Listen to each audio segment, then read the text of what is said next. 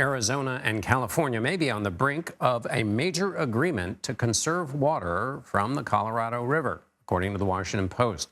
The river has been drying out for decades, a result of both overuse and drought.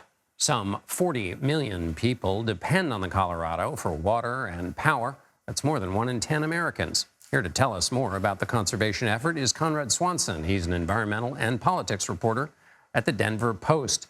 Conrad, thank you so much for being with us. What is the heart of this possible deal? What puzzle were these states trying to solve? Thanks for having me, John. The heart of the possible deal, I mean, the story is everybody's trying to use less water out of the Colorado River.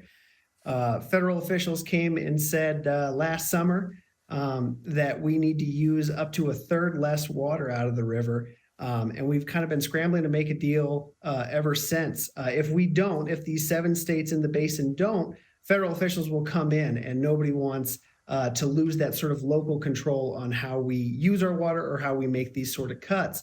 And a big standout in these sort of negotiations has been California. They're having a hard time reaching an agreement with the rest of these states. What's the nature of the hang-up with California? It's the biggest water user in the basin. And it's a really tough thing to say, hey, we can't use as much water as we historically have. That means less water maybe for major cities. It also means a lot less water for what's called the Imperial Irrigation District, which is a major producer of vegetables, leafy greens. A lot of people say that if you're eating a salad in the winter, chances are it either came from California or Arizona.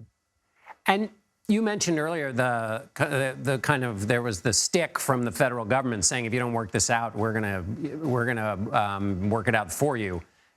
If there is a deal, was it more the goodwill of the participants or the fear that the federal government was going to force action? I think it's a little bit of both. Nobody wants the federal officials to come in and make the cuts for them. And they want to retain that local control and say, if we're going to do this, we know how to do it best. We know our communities. But at the same time, nobody wants to be the person to come forward to these farms, these cities, and say, hey, we know you've had this water historically. You no longer can do it. We got to change the way we operate. And so we have till the end of the month for the states to reach a deal, or the feds are threatening to step in. And we named some of the states. What about the other 4 states that are not a part of this reporting? Are they coming up with some other agreement? Not so much. I think they're very enthusiastic about lower basin states, which is California, Arizona, and Nevada. Big 2 are California and Arizona. Those are the major users on the river. The upper basin is Colorado, Wyoming, Utah, and New Mexico. And they don't use their portion every year. They use well below what they're legally allowed to use.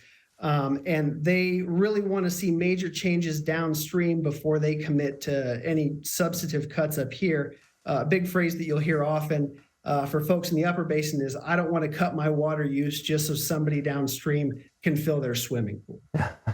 It's a good line. So let's get to the reality of then these cuts. What's it going to mean? What could it mean if cuts have to be made and people have to live with less water?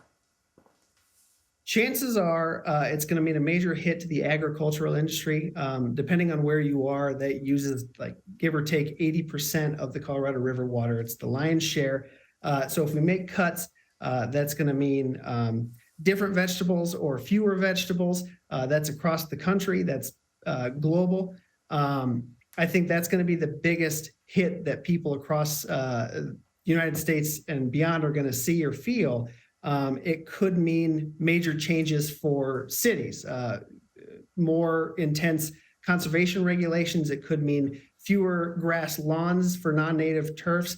It could mean more recycling programs to reuse the water that we do have so we don't let it go to waste.